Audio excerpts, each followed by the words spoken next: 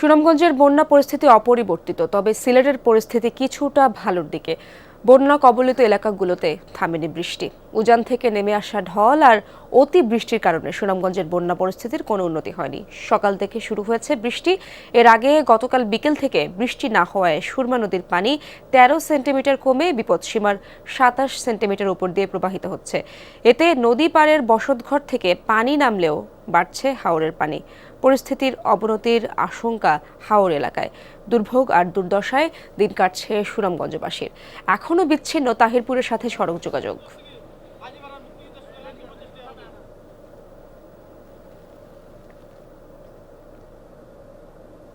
এদিকে সিলেটে বন্যা পরিস্থিতির কিছুটা উন্নতি হয়েছে। উজানে ভারী বৃষ্টি না হওয়ায় কিছুটা কমেছে নদীর পানি। কুশিয়ারা ছাড়া সবকটি নদ নদীর পানি কমেছে। পানি উন্নয়ন বোর্ড জানিয়েছে, গেল ১২ ঘন্টায় কমেছে সুরমা, সারি, গোয়াইন, ডাউকি নদীর পানি। তবে বিপদসীমার উপর দিয়ে বয়ে চলছে সুরমা। মানবেতর জীবনযাপন করছে লাখ লাখ বানভাসী মানুষ। অনেকে ঠাঁই নিয়েছে আশ্রয় কেন্দ্রে। সেখানে নেই পর্যাপ্ত খাবার।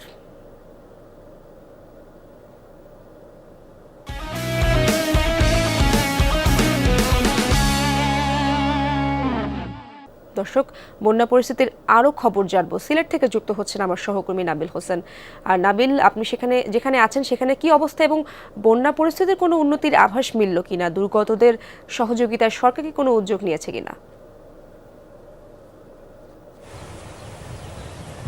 ইশরাত, দীর্ঘ এক সপ্তাহ পর সিলেটবাসী সম্ভবত একটি বৃষ্টিহীন সকাল দেখেছেন এবং আজ সকাল থেকে গতকাল রাত থেকে মূলত আসলে ভারী বৃষ্টি বা বৃষ্টিপাত আমরা সিলেট খুব একটা দেখিনি এবং যার কারণে আসলে সিলেটবাসীর মধ্যে কিছুটা স্বস্তি ফিরেছে। এবং আরও একটি স্বস্তির খবর জানাই, সেটি হচ্ছে যে গতকাল সন্ধ্যার পর থেকে সিলেটের সুরমা, কুশিয়ারা সহ সকল যে নদ নদী যেগুলো আছে সেগুলোর পানি কিন্তু কমেছে। তার মূল কারণ হচ্ছে যে ভারতের মেঘালয়ে সেখানে গতকাল থেকে আসলে বৃষ্টিপাত কম হওয়ায় বাংলাদেশের বিশেষ করে সিলেট অঞ্চলের যেসব নদ নদী রয়েছে, সীমান্তবর্তী নদ নদী, সেগুলোতে পানি কমেছে। এবং আমরা এই মুহূর্তে আছি সিলেটের সুরমা নদীর যে সিলেট পয়েন্ট, সেখানে নিশ্চয়ই দেখছেন যে গতকাল থেকে আসলে আমরা দেখছি যে এখানে পানি কিছুটা কমেছে এবং পানির যে স্রোত, সে স্রোত আসলে বেশ বেড়েছে এবং এতে করে বোঝা যাচ্ছে যে পানি আসলে নিচু এলাকা দিয়ে নামতে শুরু করেছে।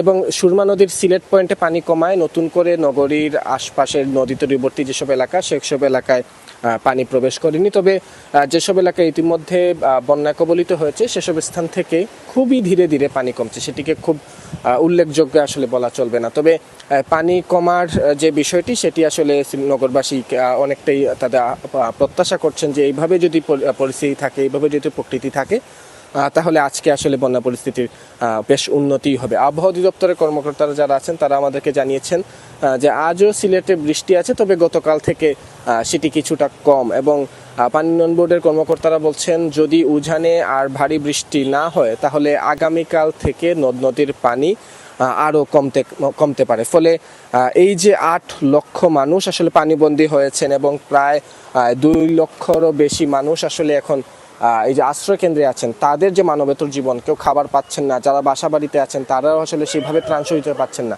সেই দুর্ভোগ থেকে সাধারণ মানুষ মুক্তি পাবেন, এমনটাই তারা আশা করছেন। ধন্যবাদ আপনাকে। ইসরাত।